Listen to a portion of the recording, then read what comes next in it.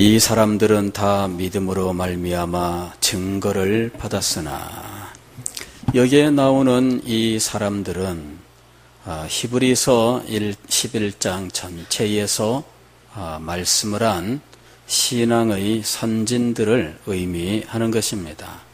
가깝게는 32절부터 등장하는 여러 신앙의 위인들, 그들을 이야기하고, 조금 더 길게는 그 앞에서 말씀했었던 모든 신앙의 사람들을 의미합니다. 이 사람들은 다 믿음으로 말미암아 증거를 받았다, 이렇게 말씀합니다. 이 사람들은 우리가 그들의 삶을 볼 때 그들의 삶은 승리적인 삶을 살았던 사람들도 있고, 또 고난과 어려움의 삶을 살았던 사람들도 있습니다. 32절부터 35절까지 나오는 인물들은 승리적인 삶을 살았던 사람들입니다. 내가 무슨 말을 더하리요? 기드온, 바락, 삼손, 입다, 다윗 및 사무엘과 선지자들의 일을 말하려면 내게 시간이 부족하리로다. 그들은 하나님의 백성들을 위협하는 이방 세력들을 대적하고 그들을 물리치고 승리의 삶을 살던 사람들입니다. 그들은 믿음으로 나라들을 이기기도 하며 의를 행하기도 하며 약속을 받기도 하며 사자들의 입을 막기도 하며 불의 세력을 멸하기도 하며 칼날을 피하기도 하며 연약한 가운데서 강하게 되기도 하며 전쟁에 용감하게 되어 이방 사람들의 진을 물리치기도 하며, 여자들은 자기의 죽은 자들을 부활로 받아들이기도 하며, 또 어떤 이들은 더 좋은 부활을 얻고자 하여 심한 고문을 받되 구차히 풀려나기를 원하지 아니하였으며. 자, 이 사람들은 고난의 사람들입니다. 36절 이하에는 조금 더 자세하게 나옵니다. 또 어떤 이들은 조롱과 채찍질 뿐 아니라 결박과 옥에 갇히는 시련도 받았으며, 돌로 치는 것과 톱으로 켜는 것과 시험과 칼로 죽임을 당하고 양과 염소의 가죽을 입고 요리하여 궁핍과 환난과 학대를 받았으니. 그 다음에 나오는 38절 괄호 부분을 빼고 계속 이어서 읽으면, 그들이 광야와 산과 동굴과 토굴에 요리하였느니라. 동일한 믿음을 가진 사람들인데, 어떤 이들은 이렇게 승리하는 모습을 보여주기도 하지만, 어떤 이들은 고난 속에 요리하는 모습을 보여주기도 합니다. 그것은 그들의 개인적인 성품 때문이라기보다는 그들이 처해 있는 역사적인 상황 때문이라고 말씀드릴 수 있겠습니다. 가령 우리들도 오늘날 지금 이렇게 신앙생활을 하고 있지만, 우리들이 일제시대에 하나님께 부름을 받아 태어났다면 일제시대의 환경 속에서 신앙생활을 할 수밖에 없었을 것입니다.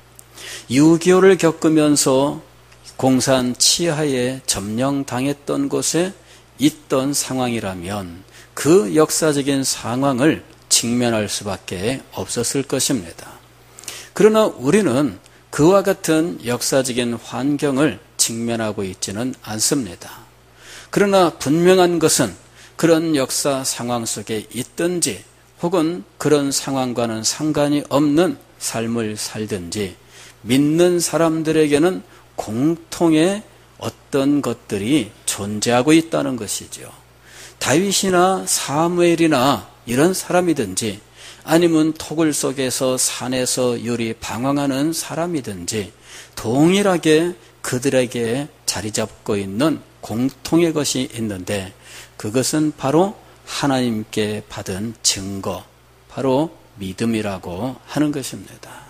그들 속에 믿음이 공통적으로 존재하고 있습니다. 이 사람이 역사 상황 속에서 투쟁을 해야 했고 그리고는 외적들을 물리칠 수 있었다고 하여 우리는 그 사람들의 믿음만을 대단한 것으로 칭송하는 것은 옳지 못합니다. 어떤 사람은 토굴 속에서 산과 들에서 유리 방황해야 했고 어떤 사람들은 옥에 갇히며 매를 맞기도 하고 어떤 사람들은 톱으로 켜 죽임을 당하기도 했습니다. 그렇다고 해서 그들의 그 믿음을 연약한 것이요 보잘것없는 것이라고 말하는 것은 심히 어리석은 일입니다. 그 사람들이 성취한 것이 아니라 하나님께서 그들의 역사적인 상황을 통해서 그들 속에 있는 이 믿음을 드러내시기를 원하셨던 것입니다. 외적과의 대적 속에서 믿음을 발휘할 수도 있고 환난과 억압 속에서 믿음을 발휘할 수도 있고 그들에게 찾아온 좌절과 실패 속에서도 믿음을 발휘할 수가 있습니다. 그들 속에서 역사하는 믿음은 언제나 동일한 것이었습니다. 이 사람들은 다 그랬습니다. 이 사람들은 다, 즉 어떤 사람은 우리가 보기에 엄청난 믿음을 발휘한 것처럼 보입니다. 승리하면 큰 믿음의 사람이라고 생각하지요. 이겼으면 우리는 그 사람이 엄청난 믿음을 발휘했다고 칭송할 것입니다. 어떤 사람이 숨어 있었다면 그는 비겁하다고 생각하기가 쉽습니다. 그러나 모든 일들을 평면적으로 놓고 비교할 수는 없습니다. 그 사람이 처한 역사적인 상황, 그 속에서 어떤 일들이 벌어지고 있는지 그런 모든 것들을 분명하게 볼 수 있어야 하는 것입니다. 그래서 역사 속에서 수없이 많은 믿음의 사람들이 다양한 믿음의 모습을 보여주고 있지만 히브리서 기자는 한마디로 정리합니다. 이 사람들은 다 믿음으로 말미암아 그랬습니다. 이 사람들은 모두 믿음의 사람들이었습니다. 인간의 눈으로 어떤 사람을 보고 판단하는 것이 얼마나 어리석은 일인지 모릅니다. 그 사람 속에 믿음이 있었는가? 그리고 그 사람 속에서 이 믿음이 역사하고 있었는가 하는 것입니다. 저는 한때는 환난과 핍박 속에서 신앙생활을 하였던 사람들에 대해서 스스로 자기 자신을 비하하는 그런 모습을 가진 적이 있습니다. 저 사람들은 저런 환난 속에서 굳게 승리하였는데 저 사람들은 감옥에 들어가도 불굴의 믿음을 가졌었는데 저 사람들은 고문 속에서도 굴복하지 아니하였는데 저 사람들은 순교를 하였는데 그러면서 나는 그들보다 못하다 이렇게 생각했습니다. 물론 그것이 나를 겸손케 하고 더욱더 믿음으로 살아가게 하는 하나의 요인은 되었지만 그러나 그렇게 평면적으로 생각할 필요는 없다는 것이죠. 하나님께서는 다 믿음의 사람들로 보시는 거예요. 지금 우리가 그런 환난의 시대를 겪지 않는다고 해서 우리의 믿음은 그들보다 형편없다고 판단할 이유는 전혀 없는 것입니다. 우리는 그들과는 전혀 다른 믿음의 환경 속에서 살고 있습니다. 그리고 전혀 다른 믿음의 환경 속에서 우리가 믿음을 바로 지킨다면 그것은 가치 있는 일인 것이죠. 우리가 지금 직면하고 있는 것은 이 세상의 유혹입니다.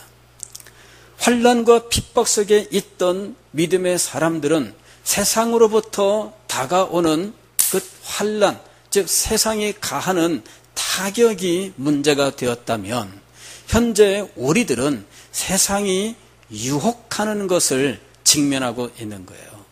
세상이 우리를 향해서 주먹을 휘두를 때 한 대 맞는 것이 더 귀한 것이냐, 아니면 세상이 유혹할 때 유혹에 흔들리지 않고 넘어가지 않는 것이 더 귀한 것이냐, 그렇게 비교할 필요는 없는 겁니다.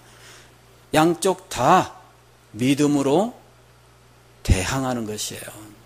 세상이 주먹을 휘두를 때에는 그 주먹에 한 대 맞는 것이 믿음이라면, 세상이 유혹할 때에 그 유혹을 물리치는 것이 믿음인 것입니다. 그래서 이 사람들은 다 믿음으로 말미암아, 그렇게 얘기한 거예요. 어떤 경우에는 세상이 주먹을 휘두르고 몽둥이를 휘두르고 칼을 휘두릅니다. 그러나 어떤 경우에는 세상이 따뜻한 햇볕을 내리쬐고 그리고 화려하고 영광스러운 것으로 현혹하기도 한다는 것이죠. 문제는 어떤 경우에든지 그 속에 하나님으로부터 주어진 믿음이 자리 잡고 있느냐 하는 것이에요. 아까 38절에서 괄호를 읽지 않고 넘어갔습니다. 그 괄호는 이렇게 되어 있죠. 이런 사람은 세상이 감당하지 못하느니라. 여기 감당하지 못한다라고 번역한 이 말은 사실은 이 오역입니다. 이 부분은 이렇게 번역을 함으로 해서 이 전체 말씀을 오해하게 만드는 아주 큰 잘못을 저지르고 있어요. 여기 말씀을 보면 믿음의 사람은 세상이 감당치 못합니다. 그러므로 믿음의 사람이 얼마나 대단합니까? 이 세상은 믿음 앞에 아무것도 아닙니다. 이 세상은 믿음의 사람을 이길 수 없습니다. 오히려 믿음의 사람이 세상을 이깁니다. 자, 여기 세상이 감당치 못하느니라 이 말씀을 가지고 이렇게 믿음의 사람이 이긴다라고 설교를 하는 경우들이 참 많았습니다. 그리고 저도 또한 그렇게 생각하고 있었습니다. 그러나 여기의 말씀을 다시 한번 자세히 생각하면서 여기에 헬라어 원문은 그런 의미가 전혀 아니라 오히려 세상은 이 사람들에게는 가치가 없다, 이렇게 번역해야 된다는 사실을 알게 되었을 때 얼마나 허망했는지. 믿음을 가진 사람 앞에 이 세상은 그렇게 대단한 것이 아니다. 즉 가치가 없다 이거죠. 가치가 없다. 세상이 총칼을 들고 위협을 할 때에도 그것은 이 사람들에게 아무런 관심이 없어요. 세상이 금과 은으로 화려하게 치장을 하고 유혹을 해도 이 사람들에게는 그것이 가치가 없어요. 이 사람들에게는 세상은 아예 가치가 없습니다. 이 괄호 속의 말씀은 그런 의미를 가지고 있는 거예요. 이런 사람은 세상이 그것이 아니라 이런 사람들에게 세상은 아무것도 아니니라, 그 말입니다. 세상이 총과 칼을 들고 위협해도 그것이 아무것도 아니니라. 세상이 금과 은으로 유혹을 해도 그것이 아무것도 아니니라. 왜? 이 사람들에게는 하나님께서 주신 약속이 있었기 때문이에요. 하나님께서 주신 이 약속을 가지고 있다면 이 세상은 아무것도 아닙니다. 세상이 위협한들 그것이 무슨 위협이 되겠으며 세상이 유혹한들 그것이 무슨 유혹이 되겠습니까? 이들에게는 이 세상의 것과는 비교할 수 없는 크고 영광스러운 것이 하나님께로부터 이미 주어지고 있는데 그것을 이미 받은 사람들에게는 더 이상 아무것도 아니라는 이야기입니다. 이 사람들은 다 믿음으로 말미암아 증거를 받았다 그랬습니다. 하나님께서 이들에게 약속하신 것이 있습니다. 그것은 영원한 본향, 하나님께서 당신의 자녀들을 위하여 예비하신 하늘의 영광, 그 기업이죠. 그 기업의 영광이 그들에게 이미 약속되어 있습니다. 그것을 알고 있는데 이 세상이 위협한들 그 위협이 무슨 대단한 위협이 되겠으며, 이 세상이 유혹한들 그것이 무슨 대단한 유혹이 되겠습니까? 이 사람들에게 세상은 아무런 가치가 없느니라. 과거에 어떤 사람이 그렇게 이야기했습니다. 세상아, 네가 나를 버리려느냐? 나도 너를 버리노라. 믿음으로 사는 이 사람은 믿음으로 살고 보니 이 세상이 자기를 부인합니다. 우리는 믿음으로 살면서 세상이 우리를 부인하고 밀어내는 일들을 많이 경험합니다. 믿음을 가지고 사회생활을 하면 불편한 일이 많다고 합니다. 믿음을 신실하게 지키려고 하면 사회생활을 할 때 얼마나 많은 어려움을 겪는지 모릅니다. 여러분에게도 몇 차례 말씀을 드렸죠. 우리 친구가 대학에 입학하고 나서 저한테 이야기합니다. 호이가, 난 이제부터 술, 담배 다 할 거다. 그리고 나한테 이유를 댔는데 그게 뭐냐면, 나는 앞으로 사회생활을 할 사람이기 때문에 사회생활을 함에 있어 술, 담배가 아주 중요한 교제의 수단이 되기 때문에 나는 술, 담배를 해야겠다. 그래, 그런 줄만 알았죠. 그냥 술, 담배 한다. 이렇게 나한테 얘기하길래 그런 줄 알았어요. 한 번은 친구를 따라서 학교를 갔습니다. 그랬더니 학교 친구들 소개를 시켜주는데, 이 학교 친구들이 잠깐 만난 다음에 하는 말이, 야, 어떻게 네 친구 중에 이런 사람이 있냐? 그런 게 저를 보고. 왜? 이 친구는 자기 학교 친구들 사이에서 누구한테도 지지 않는 술 실력을 가진 사람이었던 거예요. 이러니까는, 근데 나는 술이라고는 전혀 알지도 못하는 사람이거든요. 그런데 내가 있으니까는 이 친구도 전혀 술을 안 합니다. 그러니까는 학교 친구들이 놀래가지고, 야, 어떻게 이런 친구가 있냐? 상상도 못하겠다, 이러는 거야. 그러니 학교에서 그 친구의 생활이 어땠을지 짐작이 되는 거죠. 그 친구는 일찍 이 세상에 대해서 눈을 떴습니다. 이 세상이 그렇게 돌아가고 있다는 것을 이 친구는 이미 알고 있었습니다. 내가 경영학과를 가고 앞으로 회사에 취직하게 되면 사회 구조 자체가 그러니까 내가 사회로부터 핍박을 받고 외면을 받고 왕따가 될 것이다. 그것을 막기 위해서 나는 이제부터 그 친구는 어찌 보면은 참 지혜로운 친구처럼 보이지요.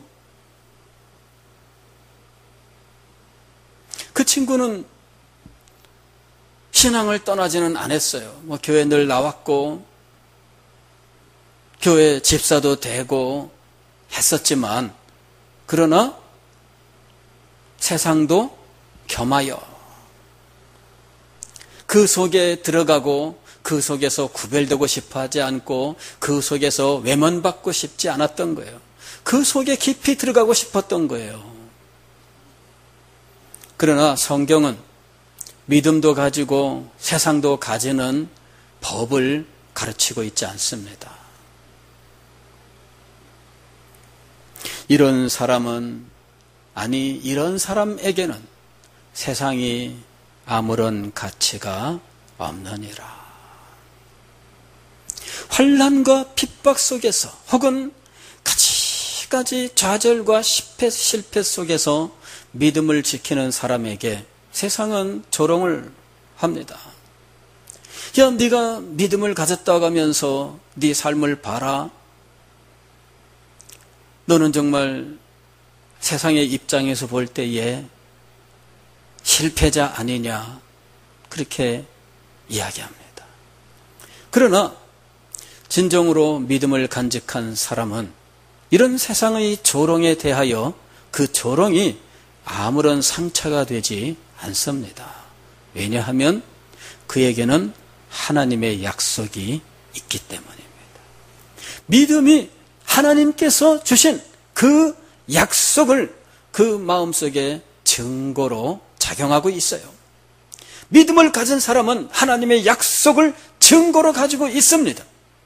그래서 히브리서 11장 1절 말씀에서 믿음은 바라는 것들의 실상이요 보이지 않는 것들의 증거니 선진들이 이로써 증거를 얻었느니라. 그리고 그 믿음의 증거를 가지고 살았던 신앙의 선배들의 예를 들어서 지금까지 말씀해 오고 있었던 겁니다. 에녹이 믿음의 증거를 가지고 살았습니다. 아브라함이 믿음의 증거를 가지고 살았습니다. 사라의 마음속에 믿음의 증거가 있었습니다. 이삭과 야곱과 요셉의 마음속에 믿음의 증거가 있었습니다. 모세의 마음속에 믿음의 증거가 있었습니다. 신앙의 선진들의 마음속에는 믿음의 증거가 있었습니다. 역사적인 상황 속에서 그들은 때로 승리하기도 하였지만 그러나 어떤 경우에는 유리하며 방황하며 실패 속에 있어야 했습니다. 그러나 그들 속에 동일하게 믿음이 자리 잡고 있었습니다. 이 사람들은 다 믿음으로 말미암아 증거를 받았으나 약속된 것을 받지 못하였으니 이는 하나님이 우리를 위하여 더 좋은 것을 예비하셨은즉 우리가 아니면 그들로 온전함을 이루지 못하게 하려 하심이라. 하나님께서 더 좋은 것을 예비하셨다. 그것을 이 사람들은 믿고 나아간 거예요. 그리고 그 믿음은 하나님께서 예비하신 더 좋은 것을 확실하게 보고 듣고 지금 그 속에서 살게 했던 거지요. 다만 구약시대 성도들이 더 좋은 것이라고 여겼던 것은 신약시대 우리들에게서는 더 분명하게 드러났지만 구약시대의 성도들에게는 우리에게만큼 분명하게 드러나지는 않았습니다. 예수 그리스도께서 오시고 난 이후에야 구약 성도들에게 약속된 것이 무엇이었는지 더 분명하게 드러나게 된 것이죠. 그들이 소망했던 것이 결국은 무엇이었는지 비록 희미하게 보았던 것이지만 신약시대 예수님께서 오셔서 십자가에 못 박혀 죽으시고 부활하시고 승천하신 이후에 구약 성도들이 믿음으로 약속받았던 것이 무엇이었는지 분명하게 드러났습니다. 그것은 예수 그리스도께서 하나님의 맏아들이 되셨고 그리고 우리는 예수 그리스도와 연합하여 하나님의 상속자가 된다고 하는 것이었습니다. 예수 그리스도께서 우리를 향하여 형제라 불러주셨고 우리는 하나님을 우리의 아버지로 부르면서 예수 그리스도와 동일하게 하나님의 기업을 상속할 상속자가 되게 하는 것이었습니다. 얼마나 놀라운 것이었는지 모릅니다. 구약의 성도들이 소망했던 것이 바로 이런 것이었습니다. 이렇게 영광스러운 것이기 때문에 세상을 향하여 너는 나에게 가치가 없다라고 얼마든지 말할 수 있었던 것입니다. 알고 보니까 그 믿음은 헛된 것이 아니었습니다. 알고 보니 그 믿음은 너무나 영광스러운 것이었습니다. 알고 보니 이는 하나님의 상속자가 되는 놀라운 일이었습니다. 그러니 이 세상에 부귀라 한들 영화라 한들 하나님의 상속자에 비길 수가 있겠습니까? 상상도 못할 엄청난 일이 하나님의 약속 속에 있었던 것이죠. 구약의 성도들이 그 크고 영광스러운 것들을 다 볼 수 있었던 것은 아닙니다. 그러나 그들은 희미한 속에서도 굳건한 믿음을 간직했고 하나님께서 명령하신 것들을 믿음으로 순종하면서 그들의 삶에 주어져 있는 이 믿음의 시련들과 혹은 그들이 감당해야 하는 사명들을 모두 감당해 나아갔던 것입니다. 그럼 오늘 우리는 어떻게 해야 할 것인가? 40절 하반절 보면 우리가 아니면 그들로 온전함을 이루지 못하게 하려 하심이라. 여기에 말씀을 보면은 구약의 성도들은 불완전했고 우리 때문에 완전해져서 우리는 구약 성도들을 완전케 하는 참 대단한 존재들이다 하는 생각을 갖게 되어 있습니다. 여기에 말씀은 구약 성도들이 계시의 빛에서 우리보다 희미하였다 할지라도 우리보다 못하다는 것을 의미하고 있지 않습니다. 여기에 말씀은 무엇이냐면은 구약의 성도들의 그 믿음은 우리와 더불어서 완전케 된다라는 의미예요.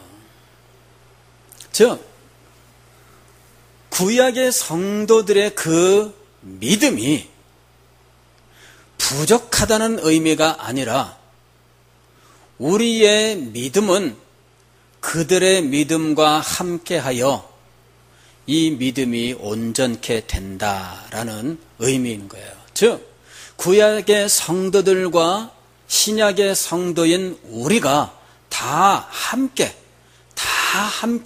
완전해지는 것을 의미하는 겁니다. 구약의 성도들만 완전해지는 것이 아니라 우리들도 구약의 성도들과 동일한 믿음을 가져 이 믿음을 완전케 되는 거예요. 이 믿음이 그제서야 완전하게 되는 겁니다. 구약의 성도들이 없이 신약에 있는 우리들이 완전하고 그래서 구약의 성도들이 우리 때문에 완전해지는 것이 아니라 구약의 성도들과 우리들이 다 함께 믿음으로 하나가 되어 완전하게 된다라는 의미인 거예요. 그러니까 이 말을 어떻게 쓰느냐 이게 굉장히 중요한 거예요. 전혀 이 엉뚱한 오해를 할 가능성이 있습니다. 이는 하나님이 우리를 위하여 더 좋은 것을 예비하였은즉 우리가 아니면 그게 아닙니다. 우리와 더불어 그 말입니다. 우리와 더불어 그들이 온전해지느니라 하는 말이에요. 그러니까 우리가 아니면 이루지 못하게 이렇게 부정어가 두 개가 나오는데 이 부정어 두 개를 서로 상쇄시켜버리면 우리와 더불어 믿음이 완성됩니다 하는 말입니다. 즉 구약과 신약이 하나가 되어서 온전한 믿음을 이루게 된다라는 말입니다. 그렇게 되어야 12장에 가서 우리에게 구름같이 둘러싼 허다한 증인들, 즉 구약의 성도들을 말할 수 있는 거예요. 그 구약의 성도들과 오늘 우리들의 믿음의 삶이 온전히 하나가 되는 겁니다. 온전히 하나를 이루어서 우리가 오늘날 구약의 성도들처럼 믿음으로 살아야 된다라는 말씀을 할 수 있게 되는 거예요. 구약의 성도들이 믿음으로 살았으니 오늘 우리들도 믿음으로 살고 구약의 성도들이 믿음으로 살았던 그 삶과 오늘 우리들이 믿음으로 살았던 그 삶이 하나가 되어서 온전한 믿음을 이루게 된다라는 의미인 것이죠. 그래서 여기에 이 말씀은 우리들도 구약의 성도들처럼 하나님의 약속을 믿음으로 받고 믿음의 증거를 가지고 오직 믿음으로 살아가야 합니다라는 사실을 가르치고 있는 것입니다. 히브리서 11장을 기록한 이유가 바로 여기에 있습니다. 우리들도 믿음으로 살아야 됩니다. 구약의 성도들만 믿음으로 사는 것이 아닙니다. 그가 처한 역사적인 상황 속에서 그 상황이 어떠하든지 이 세상이 믿음의 사람들에게 주먹을 휘두르든 발을 차든 혹은 칼을 휘두르든 혹은 이 세상이 화려한 옷을 입고 유혹을 하든 부와 권력과 명예로서 유혹을 하든 어떤 상황과 어떤 환경에 있든지 오직 우리는 믿음을 가지고 살아야 하는 것입니다. 믿음이 아니면 이 세상의 것들이 우리의 눈에 선명하게 들어올 수밖에 없습니다. 왜 세상이 더 크게 보이고 왜 세상이 더 아름답게 보이고 왜 세상이 더 달콤하게 보일까요? 세상이 약속하는 것들이 왜 더 크고 놀랍게 보일까요? 그것은 그 마음속에 믿음이 없기 때문입니다. 믿음이 없으므로 하나님의 약속이 그 마음속에 실제가 되지 아니합니다. 하나님의 약속이 그 마음속에 증거가 되지 않습니다. 믿음이 있다면 이 세상은 물러갈 것이고 오직 하나님의 영광이 그에게 선명하게 다가올 것입니다. 우리가 살고 있는 이 시대는 세상으로부터 환난과 핍박이 많이 온다기보다는 오히려 세상으로부터 화려한 유혹이 오고 있는 시대죠. 그리고 이 세상의 가치관에 유혹을 받아서 점점 믿음이 세속화되어가는 시대입니다. 이런 시대에 우리는 이 세상의 유혹, 그 화려함, 그 모든 부귀와 영화 이런 것들의 본질을 파헤치고 이것과 비교할 수 없는 더 크고 놀랍고 영광스러운 것이 하나님께로부터 우리에게 제시되었다고 하는 사실, 그리고 그 모든 것들은 믿음의 주요 온전케 하신 이인 예수 그리스도와 더불어서 상속자가 되어 받는다는 사실, 이것을 우리는 분명히 확신해야 하는 것입니다. 믿음이 없다면 우리는 지금 세상도 이길 수가 없습니다. 믿음이 없다면 아무런 환난과 핍박이 없는 것처럼 보이는 이 시대를 우리는 이겨 나아갈 수가 없습니다. 믿음이 없다면 시대적인 환난과 핍박은 없지만 개인적으로 찾아오는 여러 가지 난관과 어려움, 좌절과 실패들 또한 이길 수가 없습니다. 시대적으로는 우리에게 환난과 핍박이 없습니다. 그러나 개인의 삶 속에서는 여전히 좌절과 실패, 여러 가지 고통과 괴로움들은 찾아오고 있습니다. 믿음이 없다면 이길 수가 없습니다. 믿음이 없다면 그게 너무나 크고 너무나 고통스러워요. 그러나 믿음이 있다면 우리는 그런 모든 것들을 넘어서 더 밝고 더 아름답고 더 영광스러운 하나님의 약속을 볼 수 있게 될 것입니다. 그리고 그것이 더 크고 더 분명하게 다가올 겁니다. 믿음은 초점과 관련이 있어요. 이 초점이 분명치 못하면 희미하죠. 지난주에 윤행숙 선교사님이 교회 예배 참석했다가 제가 안경 쓰고 있는 거 보고 어이구야 목사님 안경 쓰셨네. 몇 년 만에 오니까 제가 안경을 쓰고 있는 거예요. 안경을 안 쓰면은 이 책이 지금 희미하게 보여요. 이게 글씨가 겹쳐 보이고 잘 안 보여. 이게 왜 그렇습니까? 초점이 안 맞아서요. 초점이 안 맞아요. 근데 안경을 쓰면은 초점이 맞아요. 선명하게 잘 보여. 믿음이 바로 그 역할을 하는 거예요. 믿음이 없으면 하나님의 약속, 하나님의 상속자 이런 말을 들어도 분명치 않아요. 당장 눈앞에 보이고 당장 자기 몸에 부딪혀 오는 것들이 더 분명해요. 자기 몸에 와서 부딪히는 것들이 있죠.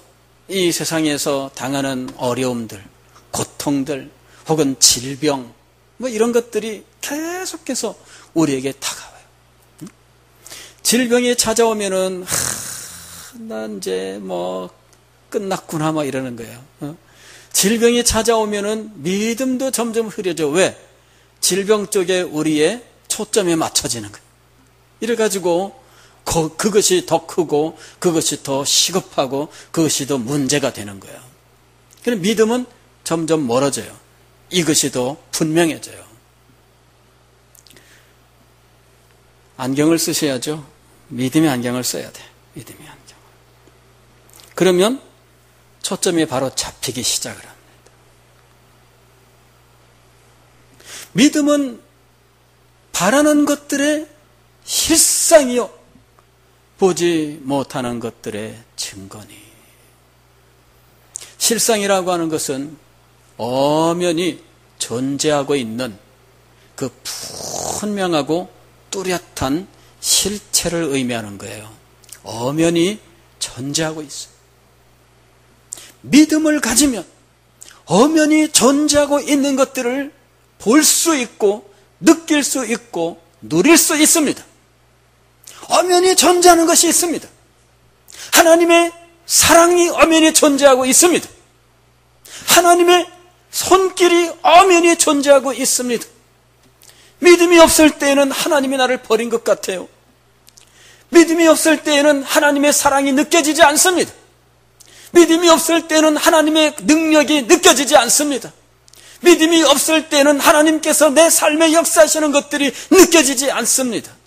그러나 믿음을 간직하게 되면 하나님의 살아계시는 것이 분명히 보이고 하나님의 손길이 선명하게 보이고 하나님의 사랑, 하나님의 자비가 분명하게 보입니다. 하나님께서 내 삶을 떠나시는 것이 아니라 하나님이 내 삶에 함께하고 계시는 것을 분명하게 알 수가 있습니다. 그것이 바로 믿음입니다.